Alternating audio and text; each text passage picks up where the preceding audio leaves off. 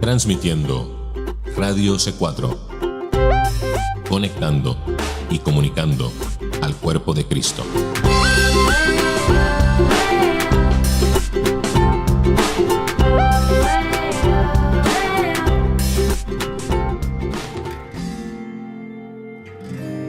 De manera cordial, amable y directa, Radio C4 presenta Libre al Fin.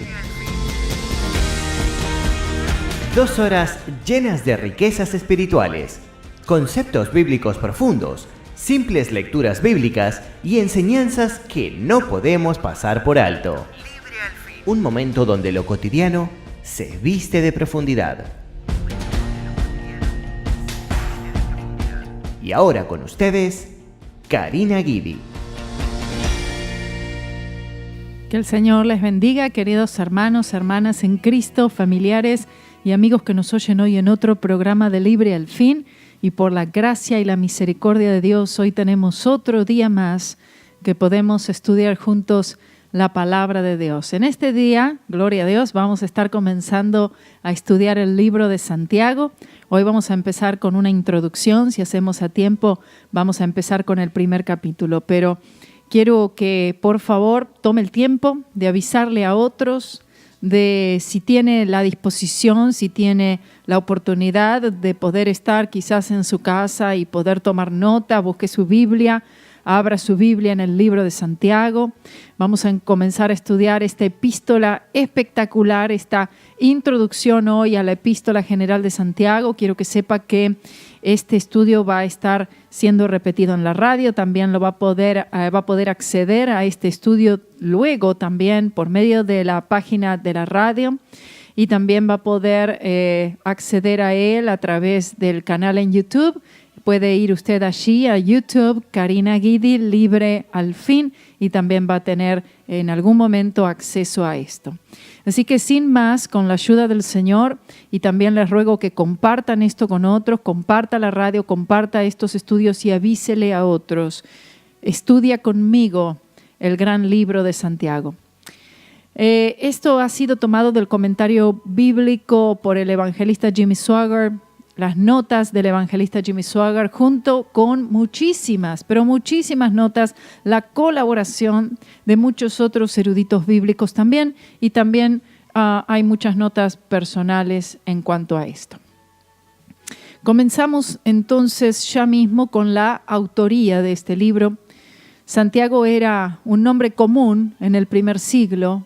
En realidad es el derivado griego del nombre hebreo Jacob. De hecho, hay 4 hombres en el Nuevo Testamento que se llaman Santiago, y de estos solo 2 seriamente sugeridos como los posibles autores de esta epístola. Unos pocos eruditos han entendido que el autor es Santiago, el hijo de Zebedeo, uno de los 12 apóstoles. Sin embargo, es casi seguro que él no fue el autor, debido a que él murió como mártir en el año 44 después de Cristo, lo que casi garantiza que él no fue el autor. Entonces vamos a ver ciertas cosas. Uno piensa, fue Santiago, y en realidad, si uno le pregunta a la mayoría de los creyentes, ¿de qué Santiago en realidad estamos hablando? ¿Sí? Personalmente pienso que la evidencia es segura que Santiago, el hermano del Señor, Marcos 6:3, es quien escribió este libro. El vocabulario de su discurso corresponde con su carta registrada en Hechos 15, 13 al 29.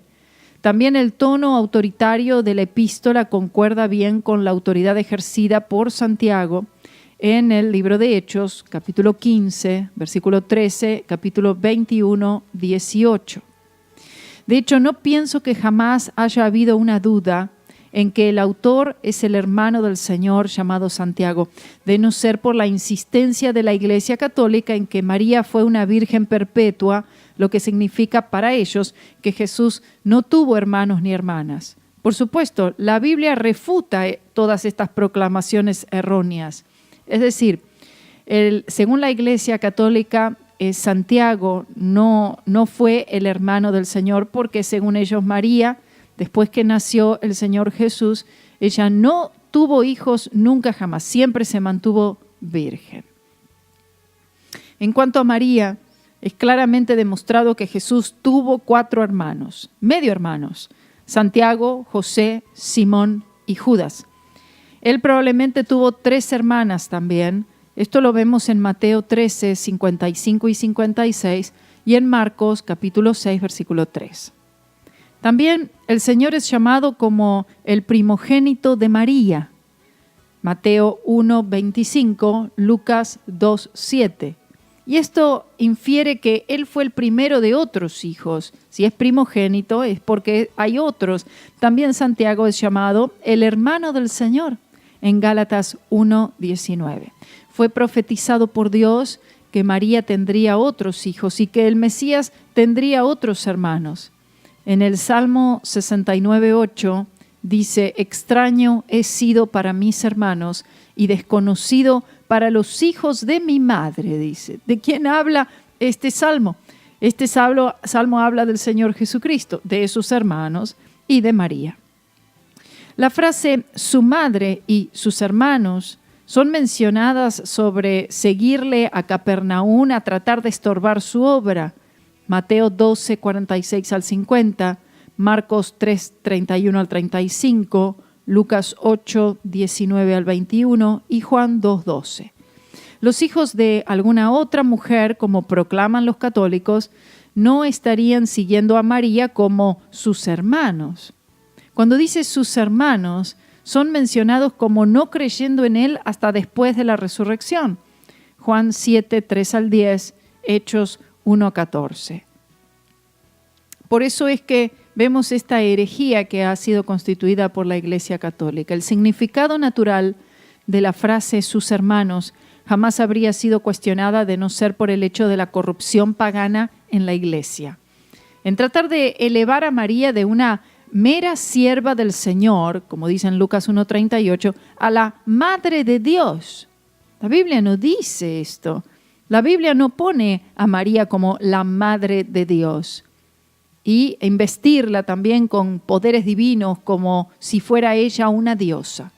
Por lo tanto, el camino fue preparado para identificarla con la diosa del paganismo, quien se supone que fuera la madre de un hijo divino, que aún es una virgen, una deidad conocida en Egipto como Isis, la madre de Horus. En India se la conoce como Isi, en Asia se la conoce como Cibele, en Roma se la conoce como Fortuna, en Grecia Ceres, en China Shinmu, y en otras tierras también tiene diferentes nombres, como en muchos de los países hispanos, Argentina, México, etcétera, etcétera, España. Pero fíjense que siempre aparece la imagen de una mujer, bueno, supuestamente María, con un hijo en sus brazos. ¿Usted ha visto esa imagen? Probablemente sí, ¿verdad? Ha visto esa imagen que se la ve a la Virgen María con un hijo en sus brazos. Bueno, esto es algo que tiene una historia completamente pagana. Esa es la diosa adorada en el paganismo, que se supone, según como dije recién, que fuera la madre de un hijo divino y que aún es una virgen, una deidad conocida con todos estos diferentes nombres en diferentes partes del mundo. Entonces, se dice que María no tuvo hijos y que sus hermanos eran primos de otra María, y que José era muy viejo para haber tenido hijos de María, o que él habría tenido hijos de un matrimonio anterior, etcétera, etcétera, etcétera. Todo esto es falso. Pienso que esto que acabamos de decir, y usted puede investigar aún más, puede ayudarle a usted a refutar esta falsa doctrina de la cual, por supuesto, están tan aprendidos los católicos. La Escritura o historia no menciona estas proclamaciones. Si José tuvo hijos antes de Jesús nacer, entonces Jesús no pudo haber sido el heredero legal al trono de David, lo que por ley le correspondía al primogénito. Veamos ahora y pasemos a otro punto, que es la fecha de la epístola. Sabemos que el libro fue escrito antes del año 62 después de Cristo, cuando, de acuerdo al historiador Flavio Josefo, Santiago murió como mártir. Se cree por algunos que Santiago escribió esta epístola antes del año 50 después de Cristo y posiblemente aún tan temprano pudo haber sido tan temprano como en el año 45 después de Cristo. La orientación judía de la epístola encaja en este periodo temprano con mayor naturalidad. El autor no se refiere a los gentiles o temas relacionados debido a que en ese tiempo los gentiles apenas estaban comenzando a conocer el Evangelio. Pedro había tenido su visión del lienzo que bajó del cielo alrededor del año 41 después de Cristo, lo que le proclamaba que ahora era el tiempo que el Evangelio fuera extendido, proclamado, predicado a los gentiles. Esto fue unos 8 años después de la ascensión de Cristo y probablemente unos 5 o 6 años después de la conversión de Pablo en el camino a Damasco, como vemos en Hechos capítulos 8 y 9. El que Santiago no mencionara la controversia concerniente a los judaizantes y su insistencia en la circuncisión de los gentiles explica que esta carta fue escrita en un tiempo temprano. Es importante ver esto porque cuando nosotros leemos las diferentes cartas, la carta de Santiago, luego las cartas de Pablo, etc., nosotros podemos notar que hay algunos que hablan más de ciertos temas que otros temas. Entendamos que hay diferentes tiempos en los cuales estas cartas fueron escritas. Y también entendamos que fue a Pablo quien le fue revelado, dado por el Señor Jesús, el conocimiento o el significado del nuevo pacto. Amén. El que Santiago no mencionara ciertas cosas es porque esta carta fue escrita muy temprano. ¿A quién va dirigida esta epístola? Específicamente se declara que la epístola es dirigida a las 12 tribus que están en la dispersión. Eso dice en Santiago 1:1. La expresión 12 tribus es claramente judío y sin duda fue para identificar a los lectores como judíos. También Santiago limita a sus lectores con declaraciones asumiendo que los receptores son cristianos y que además son judíos. La ubicación geográfica de estos judíos cristianos no es identificada específicamente. Ellos son descritos meramente como las 12 tribus que están en la dispersión, lo que significa que ellos no estaban centralizados en una sola ubicación. Esta carta debía ser copiada una y otra vez y debía ser llevada a todos los lugares donde se encontraran judíos cristianos. Un tremendo trabajo, imagínense, un tremendo trabajo.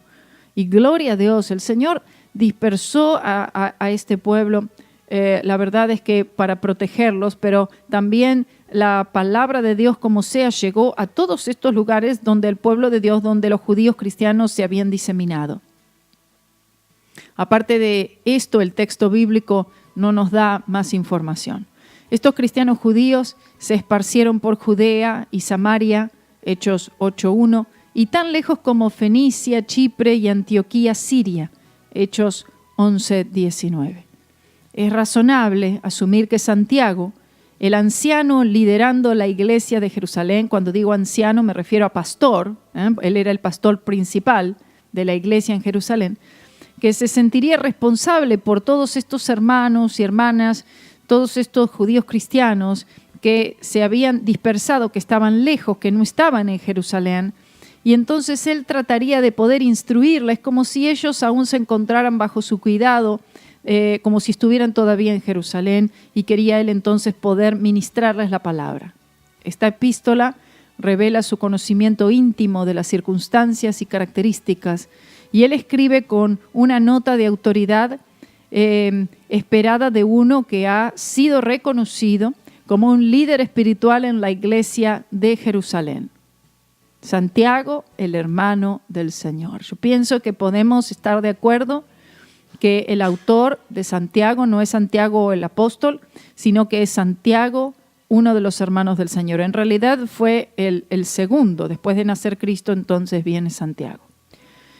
Mientras que Santiago es una figura prominente en el libro de Hechos, aún considerando que él fue el hermano del Señor, entienden, se crió con él. Él se crió con el Señor en la misma casa todos los días. No hay tanta información de él, en realidad no. Pero aún lo poco que sabemos habla volúmenes. Primero que nada sabemos que él fue el hermano de nuestro Señor Jesús. Gloria a Dios. Gálatas 1:19. qué lugar tan importante le ha tocado a Santiago, el haberse criado en esa familia, el haber visto a Cristo, el haber podido hablar con Cristo, pero entiendan que al mismo tiempo, yo no sé cómo habría sido, no sabemos cómo habría sido la crianza en sí en cuanto a ver él al Señor Jesús, a su hermano, medio hermano, y notar algo tan extraño en este hombre, en este muchacho, en el que él es diferente a todos. Nunca haberlo visto al Señor Jesús levantando el tono de una manera mala o con mal carácter, o haber dicho algo fuera de lugar, o haberle contestado mal a sus padres, haber desobedecido en alguna manera, sino que siempre viendo al Señor Jesucristo actuando de manera perfecta y nunca quebrantando la ley,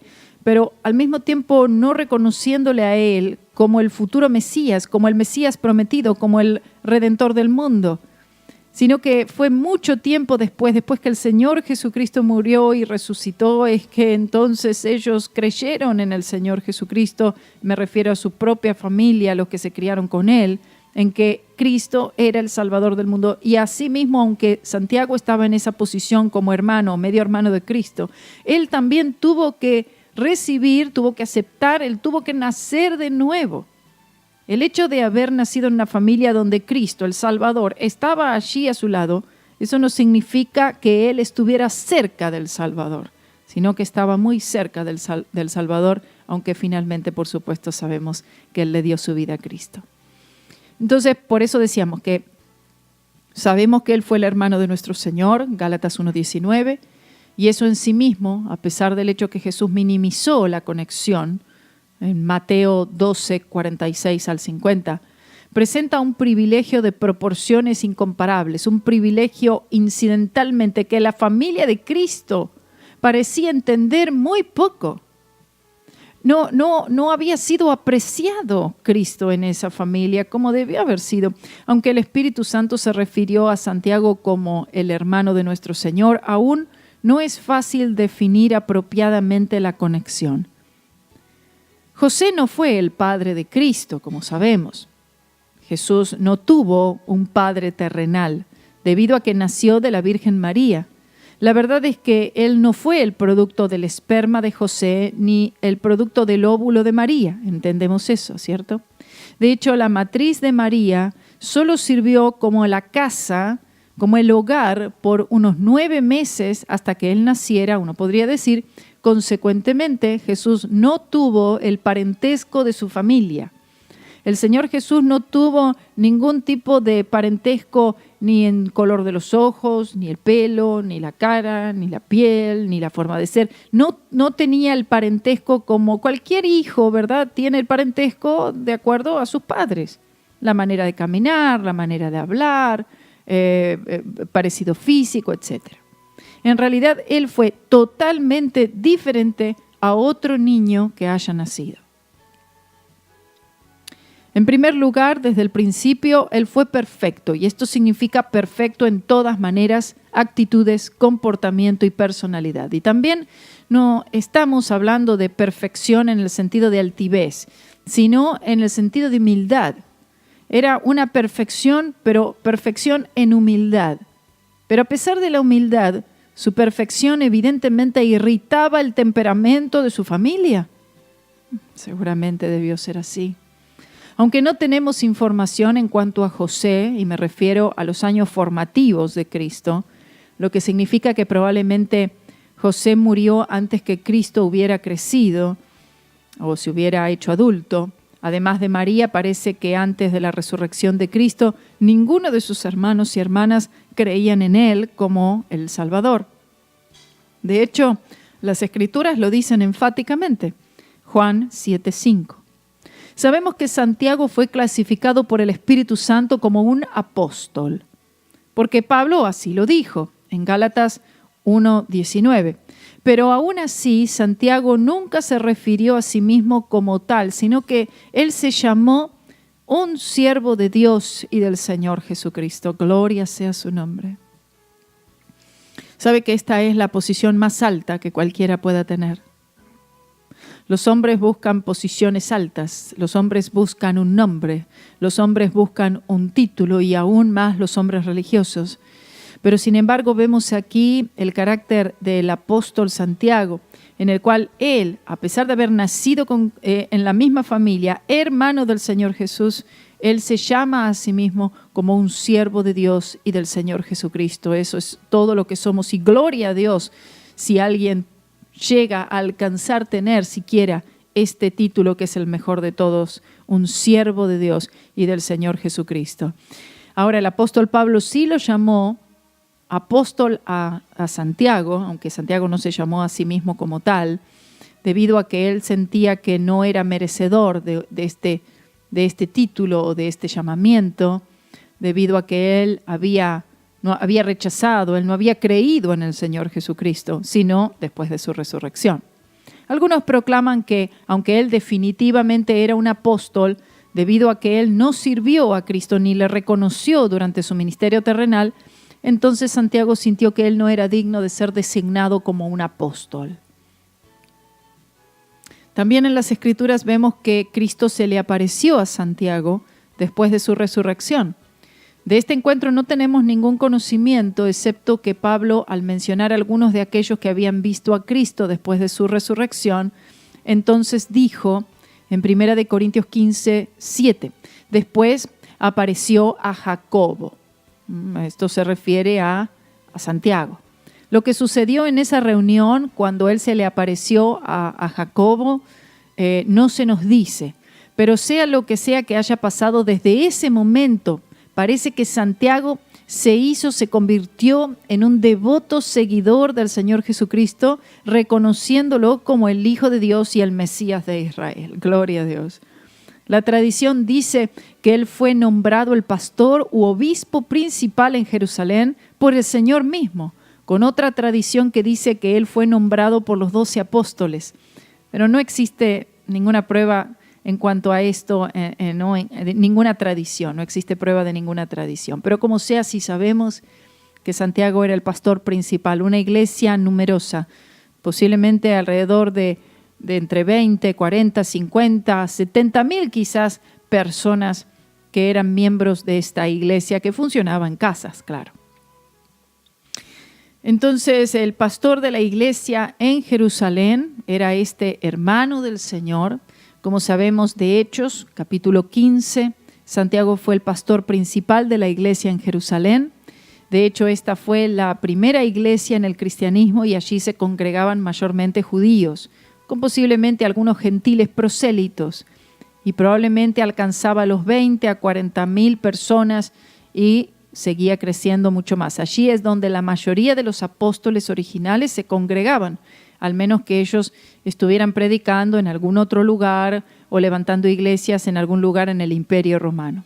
Debido al hecho que esta fue la primera iglesia, recuerde que el llamado del Señor, la gran comisión, había sido que esperaran en Jerusalén primero, recibir la promesa del Padre, que fue el bautismo con el Espíritu Santo, y entonces recibiréis poder y me seréis testigos en Jerusalén. Y allí comenzó todo, amén. Todo comienza en Jerusalén y todo termina en Jerusalén. Y luego debían extenderse al resto de las regiones, Judea, Samaria y hasta lo último de la tierra. Entonces, debido al hecho que esta fue la primera iglesia y que en realidad esta comenzó en el día de Pentecostés, como es obvio, tenía gran peso. Como hemos mencionado, no se sabe exactamente cómo Santiago se convirtió en el pastor de esta iglesia. Sin embargo, hay una pista. Después de la ascensión de Cristo, parece que todos los apóstoles originales, con Matías, habiendo tomado el lugar de Judas, más todos los seguidores de Cristo, pensaban que Jesús volvería muy, pero muy pronto, y así tomaría el mando de Israel. De hecho, poco después de su ascensión, la Escritura dice, en Hechos 1:6, entonces los que se habían reunido le preguntaron diciendo, Señor, ¿restaurarás el reino a Israel en este tiempo? Y su respuesta fue, según Hechos 1, 7 y 8. No os toca a vosotros saber los tiempos o las sazones que el Padre puso en su sola potestad, pero recibiréis poder cuando haya venido sobre vosotros el Espíritu Santo, y me seréis testigos en Jerusalén, en toda Judea, en Samaria y hasta lo último de la tierra. En otras palabras, él estaba diciéndoles que esto no sucedería, es decir, la restauración del reino de Israel. Le estaba diciendo que esto no sucedería inmediatamente, sino que su evangelio debía ser predicado por todo el mundo y que el Espíritu Santo, quien pronto vendría, les ayudaría a hacer esto. Gloria a Dios. Vamos a una pausa y volvemos. Libre al fin. Al 239-900-4990. Libre al fin. Este es tu programa Libre al fin. Si tienes alguna duda o comentario, puedes escribirnos a mirradioc4@gmail.com o un mensaje de texto al 239-900-4990. Al 239-900-4990.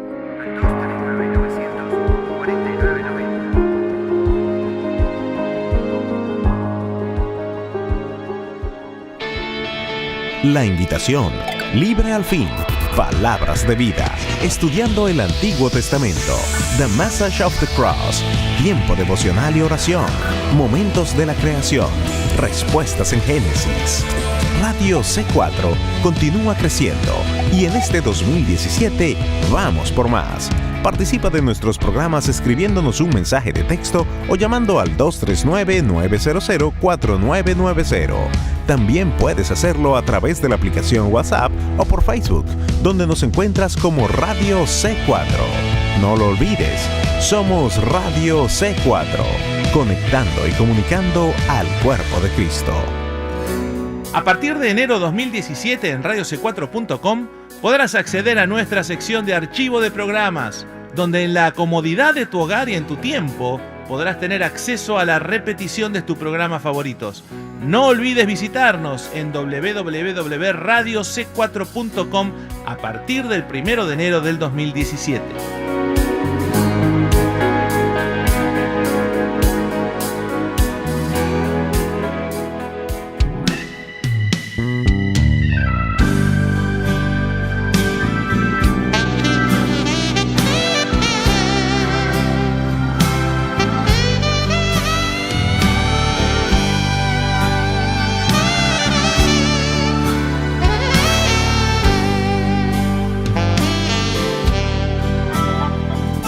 Well, when with the Savior we enter the glory land,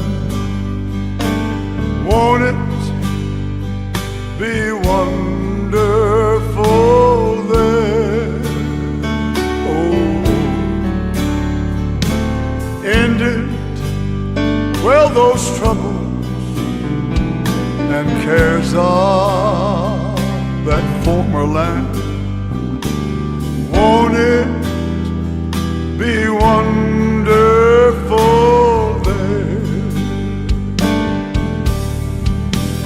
Well, won't it be wonderful there? Having no burdens to bear. Well, joyously singing, with heart bells all ringing. Oh, won't it be wonderful there?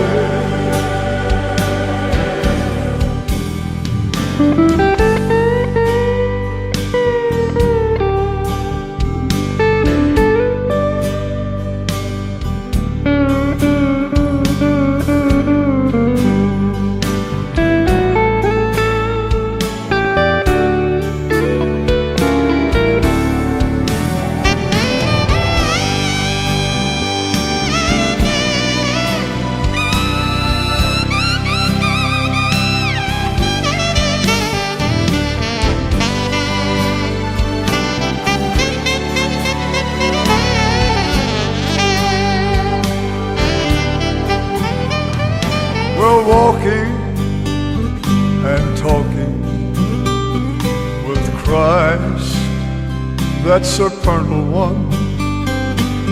Won't it be wonderful there? Oh, well, praising, adoring that matchless, eternal one. Won't it be wonderful there? Well, won't it be wonderful there? Having no burdens to bear. Oh, well, joyously singing with heart bells all ringing. And won't it be wonderful there?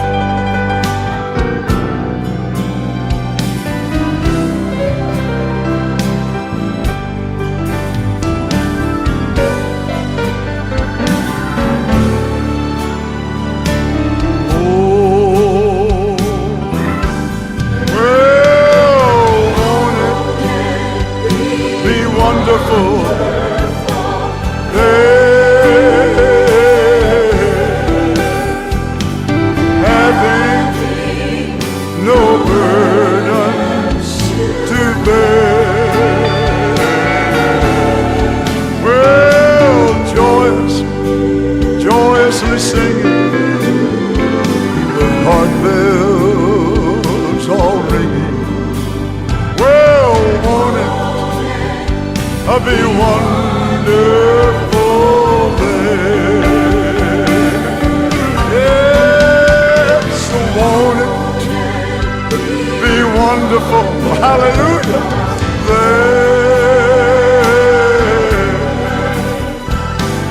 having no burdens to bear. Oh, well, joyously singing with heart bells all ringing. Won't it be wonderful there? Yes, joyously singing with heart bells all ringing. Won't it be wonderful there? Estamos de vuelta y la verdad les digo que en este inicio de este estudio, de esta introducción a Santiago, realmente he podido sentir fuertemente la presencia del Señor. Y para mí, poder sentir la presencia del Señor de esta manera, cuando estamos haciendo esto, es una confirmación de que el Señor está apoyando esto, que el Señor y su presencia están ratificando que esto realmente es de Él, que el estudio, el esfuerzo, la traducción de estos comentarios para todos ustedes, yo sé que es del Señor y espero que todos puedan beneficiarse de eso, porque por lo menos para mí ha sido de un crecimiento espiritual enorme.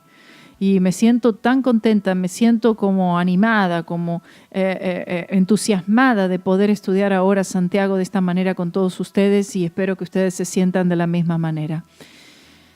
La verdad es que parece que ellos no creyeron esto de corazón. Esto yo me refiero al hecho que el Señor Jesucristo, ellos estaban pensando después que Cristo ascendió, los apóstoles originales pensaban que el Señor Jesús vendría enseguida, que no faltaría mucho tiempo para que Él volviera a restaurar el reino de Israel y entonces una vez más podrían ser la nación líder en todo el mundo. El Señor les dice que no os toca a vosotros saber los tiempos, que el Padre había puesto todo en su sola potestad. Y le dice, primero debes recibir poder cuando haya venido sobre vosotros. Y también les dice que primero el Evangelio de Cristo debía ser predicado por todo el mundo y que el Espíritu Santo vendría, lo cual sucedió en Pentecostés, y les estaría ayudando para hacer todo esto. Por eso digo que la verdad es que parece que ellos no creyeron esto de corazón, seguro que ellos creyeron lo que les dijo el Maestro. Sin embargo, no creo que en ese momento ellos no pudieron imaginar lo que sería la iglesia y que tomarían unos 2000 años o más para su realización.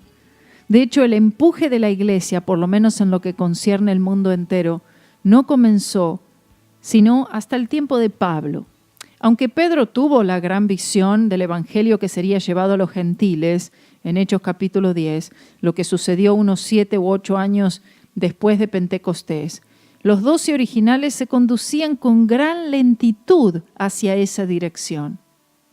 El evangelio comienza a tomar una rapidez después de que el apóstol Pablo, después que, Saulo de Tarso es escogido por el Señor, que él recibe a Cristo, que él es bautizado con el Espíritu Santo y sobre todo muchos años después cuando a Pablo le es dado el significado del nuevo pacto que es la cruz de Cristo.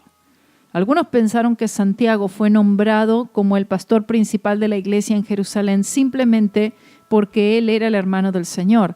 De hecho, él era el segundo que nació después de Cristo.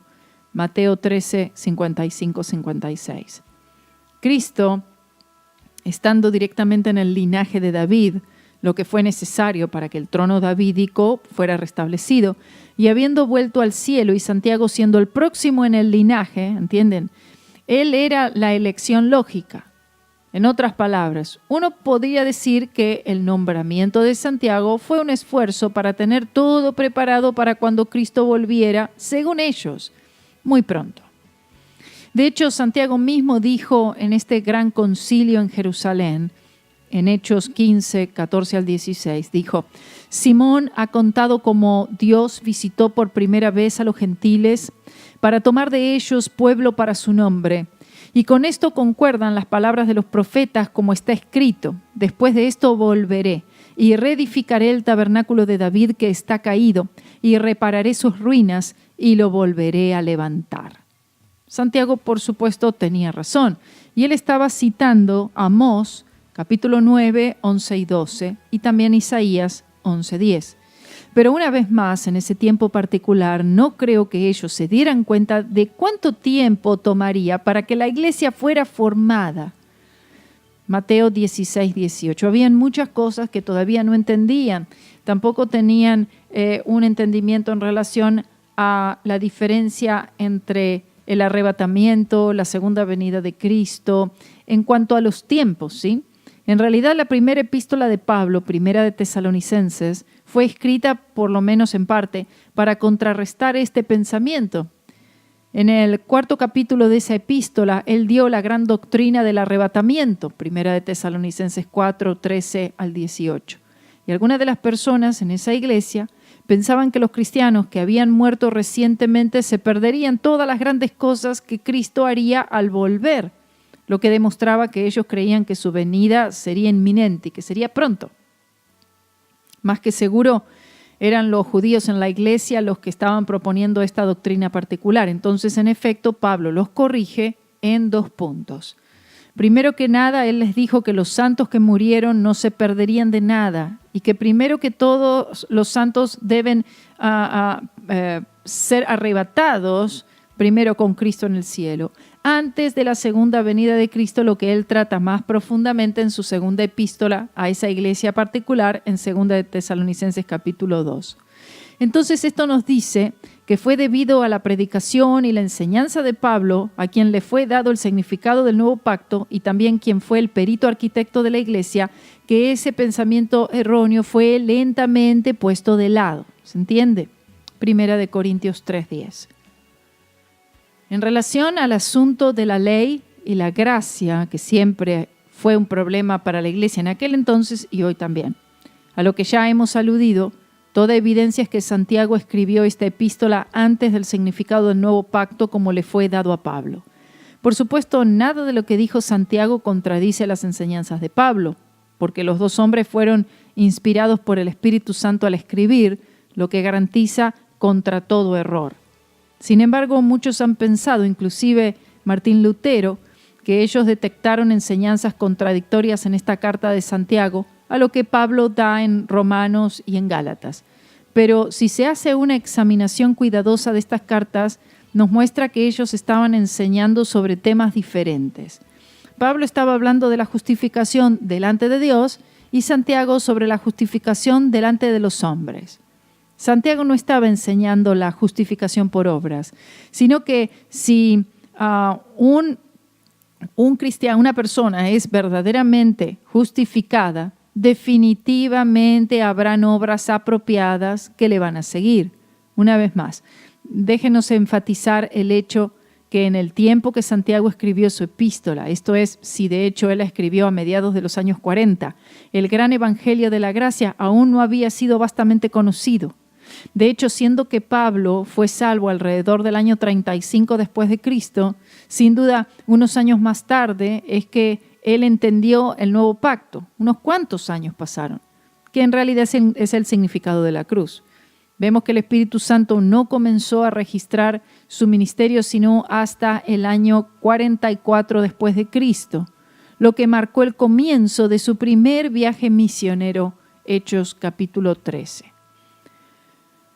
Cuando él dio su gran decisión en el concilio en Jerusalén en cuanto a los gentiles no teniendo que ser encadenados a la ley de Moisés, él fue realmente guiado por el Espíritu Santo en esto.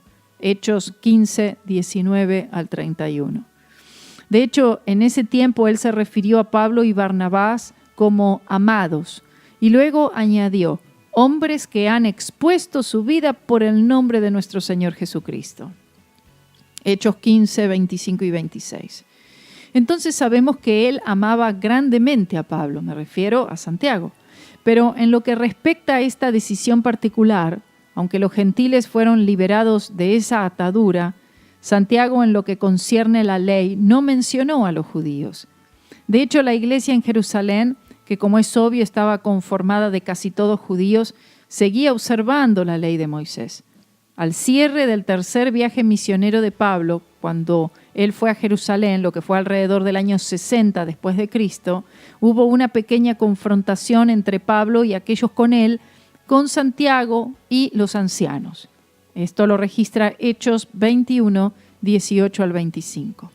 Este pasaje proclama el hecho que ellos, Santiago y los ancianos de Jerusalén, aún estaban defendiendo que los judíos que habían aceptado a Cristo debían seguir siendo celosos de la ley.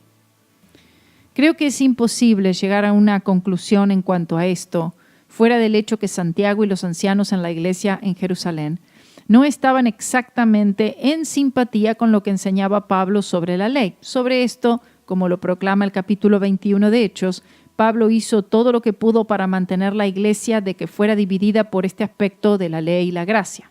El Espíritu Santo, de ninguna manera, quería que hubieran dos iglesias, una iglesia de la ley y una iglesia de la gracia. Gracias a Dios, esta separación fue detenida. Sin embargo, parece que esta situación, y me refiero a los judíos cristianos que seguían cumpliendo la ley, fue uno de los mayores problemas en la iglesia primitiva y un problema que le causó a Pablo grandes dificultades. De hecho, la posibilidad definitivamente existió en que la epístola a los hebreos fue escrita por Pablo por esta misma razón. Tratar de continuar cumpliendo la ley constituía levadura, Gálatas 5:9. Hacer el esfuerzo de seguir cumpliendo la ley aún después de aceptar a Cristo, el siguiente paso sería directamente terminar repudiando a Cristo totalmente, lo que algunos cristianos judíos habían comenzado a hacer. Y de allí la escritura de la epístola a los hebreos. Muy bien, esto es lo que sabemos. El Señor detesta esto tan fuertemente, tanto que Él destruyó completamente Jerusalén y el templo en el año 70 después de Cristo. Ellos se gloriaban tanto, todavía en sus sacrificios, en todos sus sistemas de ceremonial, en sus ritos, en sus ceremonias, en sus festividades, en todo lo que componía la ley y toda la administración y la adoración en cuanto a la ley de Moisés, que el Señor directamente les quitó todo. Destruyes Jerusalén, no hay más templo, y el Señor tuvo que hacerlo de esta manera radical, usando a Tito, el general romano, como instrumento. Esto hizo imposible continuar con ese esfuerzo de cumplir la ley, lo que era un insulto para Cristo. Considerando que Cristo había cumplido toda la ley en todo aspecto, que uno continuara funcionando en ese proceso ya cumplido era un insulto para Cristo y especialmente el gran precio que Él pagó en la cruz. En otras palabras, tal acción estaba despreciando la cruz de Cristo. Oh, bendito sea el nombre del Señor. ¿Cuánto de todo esto somos culpables hoy, la iglesia moderna, en el que sigue tratando de vivir conforme a la ley? Quizás no sea la ley de Moisés, pero sí son leyes, mayormente mandamientos de hombres, mandamientos de las iglesias, de las denominaciones, en la que si las personas no se conforman a esos mandamientos, a ese régimen, entonces supuestamente no son considerados como nada muy importante en lo que respecta la obra de Dios y la iglesia del Señor Jesús. Mantener la iglesia en Jerusalén y haciéndolo en medio de aquellos que habían crucificado a Cristo, tenemos que entender los problemas que enfrentó Santiago día tras día, seguramente tremendos. El carácter de Santiago, porque es que él era el pastor principal justamente de la ciudad donde todos los problemas surgían. El carácter de Santiago era tal que él era conocido por los judíos como Santiago el Justo. Algunos también lo llamaban Santiago el Rodilla de Camello. Esto era un término de honor y no de reproche, porque se refería a alguien que pasaba tanto tiempo de rodillas en oración que sus rodillas quedaban planas, igual como las de un camello. Se dice que Santiago fue apedreado y entonces fue arrojado por el pináculo del templo por las autoridades judías, y así es que él murió. La fecha de su muerte se cree que fue entre el año 62 y 69 después de Cristo. El historiador Flavio Josefo acusa al sumo sacerdote Ananus, un saduceo, de su muerte, y declara que el más justo de los ciudadanos, y tal como estaba la mayoría, incómodos con la infracción de las leyes, no le gustó lo que fue hecho. Y se quejó con el rey Agripa y Albinus, quien entonces era el gobernador, quien consecuentemente desplazó a Ananás de su oficio. Sabemos que Santiago fue un gran hombre de Dios, uno de los más grandes en su tiempo. Mientras que podamos coincidir que Santiago no fue muy lejos en su decisión en lo que respecta a la ley y los gentiles, al no incluir a los judíos, aún solo tenemos una información escasa del tema. De hecho, no es suficiente para formar una conclusión.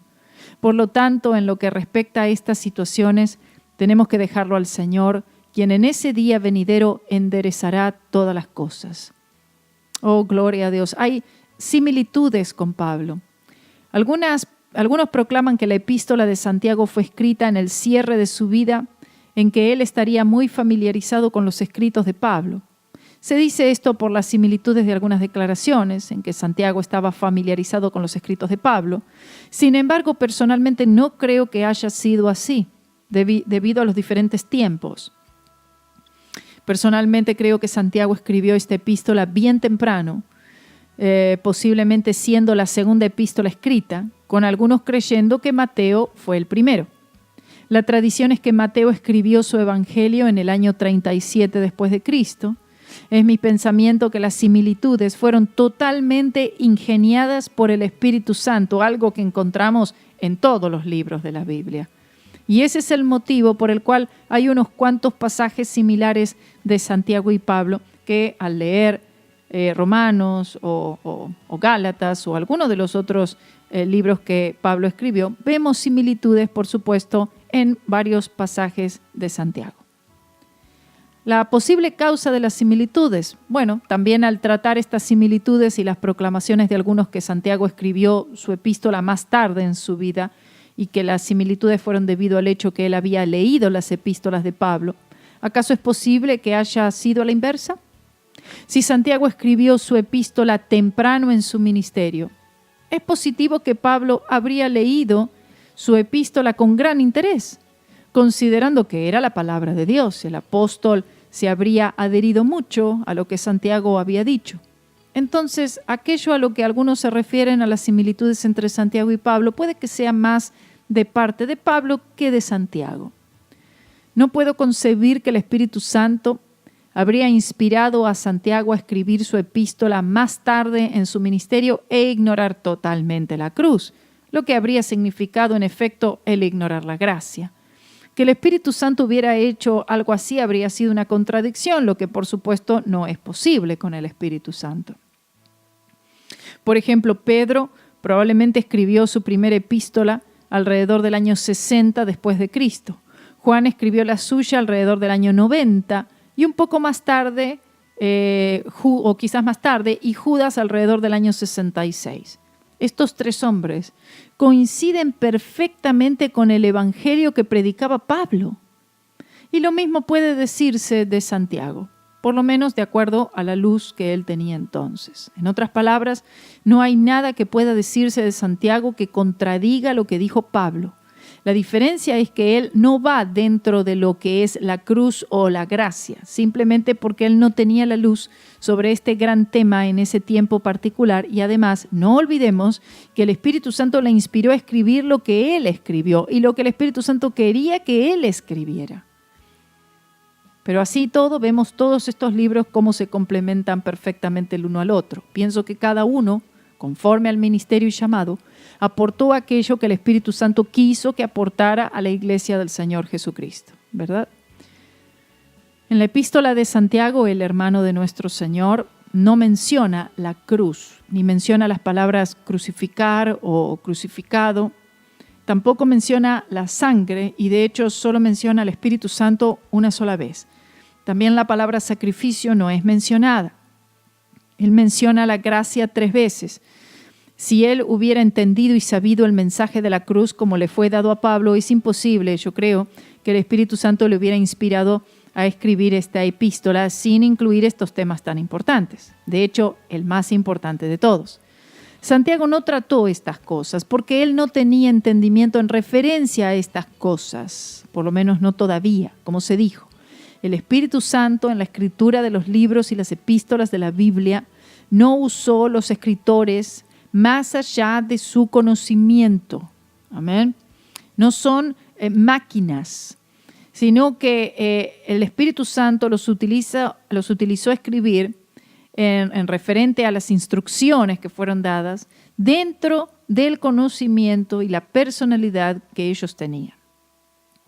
Consecuentemente, yo he tomado toda oportunidad que me ha sido dada, y debemos tomar toda oportunidad que nos ha sido dada, dijo el evangelista Jimmy Swaggart, para escribir este comentario, para tratar estos temas mencionados. Y en un sentido he hecho exactamente lo que hizo Pablo, dijo él. Cuando él escribió sus epístolas, él en efecto retomó donde Santiago dejó. Bueno, uno trata de hacer lo mismo, como dijo el evangelista Swaggart. La cruz de Cristo en realidad no es una doctrina, sino que es el fundamento de toda doctrina. Eso significa que si aquello que proclama ser doctrina bíblica no surge de esta fuente, entonces es error. De hecho, la historia de la Biblia es exactamente lo que dijo Pablo, Jesucristo y este crucificado. La totalidad del Antiguo Testamento señala este evento, así como la totalidad del Nuevo Testamento señala hacia esa obra cumplida, completada. Los santos del Antiguo Testamento miraban al futuro hacia un Jesús profético, mientras que los santos del Nuevo Testamento miran al pasado hacia un Jesús histórico y también un Jesús profético. Lo que más conocemos es la predicación de la cruz de Cristo en lo que se refiere a nuestra salvación inicial. Sin embargo, poco se sabe sobre la vida diaria para el Señor Jesucristo. En otras palabras, este proceso de santificación, lo que afecta el producir una semejanza de Cristo en nuestras vidas. Y la cruz es la fuente de nuestra santificación. Y de eso hay muy poco conocimiento, lo que causa tantos problemas.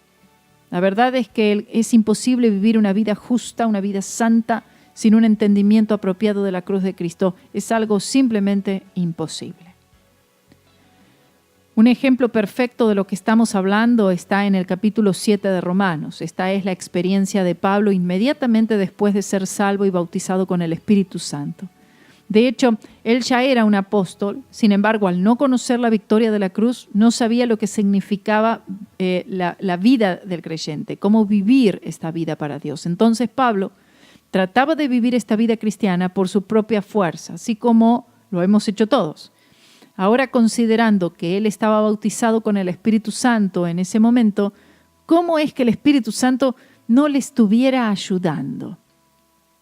Fíjese lo que dice Romanos 7:15. Porque lo que hago no lo entiendo, pues no hago lo que quiero, sino lo que aborrezco, eso hago. Así como es explicado esto en el comentario de Romanos, el Espíritu Santo obra estrictamente sobre la premisa de la obra consumada de Cristo. Él demanda que tengamos fe en esa obra consumada solamente, lo que garantiza la ayuda del Espíritu Santo. Pablo encontró la victoria solo después que el Señor le dio el significado del nuevo pacto, lo que en efecto es el significado de la cruz. En otras palabras, aquello por lo que Jesús murió es nuestra victoria. Cristo murió en esa cruz para salvarnos de nuestros pecados, para limpiarnos de toda maldad y también para que el Señor pudiera quebrantar. El Señor hizo esto, Él quebrantó el agarre, la atadura del pecado sobre cada uno de nosotros. Pablo nos dio básicamente en todas sus epístolas esto, pero más específicamente en Romanos capítulos 6, 7 y 8, algo que usted puede también escucharlo en el canal en YouTube, Karina Guidi, Libre al Fin, y también en la página de la radio están estos estudios de Romanos. En su epístola, Santiago nos dice lo que debemos hacer, para concluir ya esta introducción hoy. Cuando leemos Santiago y cuando sigamos estudiando Santiago, usted va a notar que Santiago nos dice lo que debemos hacer. Así como toda la proclamación del Antiguo Testamento también nos decía y nos dice lo que debemos hacer. Sin embargo, así como el Antiguo Testamento no nos dijo cómo hacer lo que hay que hacer, tampoco nos lo dice Santiago. Eso le resta a la enseñanza de Pablo. Entonces, como se dijo, he hecho lo mejor para exactamente hacer lo que hizo Pablo, y eso es el proclamar el mensaje de la cruz en este comentario, lo que nos dice cómo hacer lo que Santiago dijo que debemos hacer. ¿Entiende? Consecuentemente le ruego a Dios que este esfuerzo le sea de bendición, de ayuda, de instrucción, y de ser así, le damos alabanza y gloria al Señor. Así que los espero entonces en el próximo programa de Libre al Fin con Santiago capítulo 1. Gracias y que el Señor les bendiga.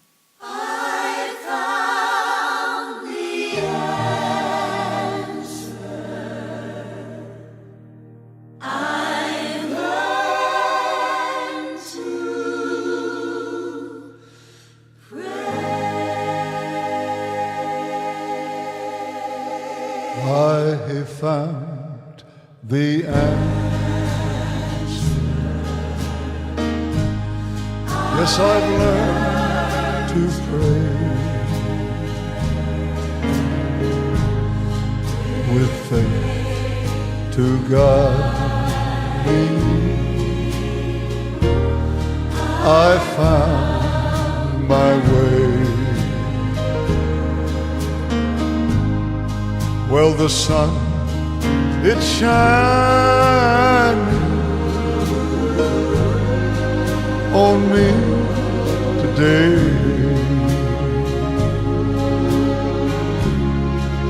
I found the answer. I've learned to pray. I was weak and weary. I had gone astray. I was walking in darkness. I couldn't seem to find my way. Then a light came shining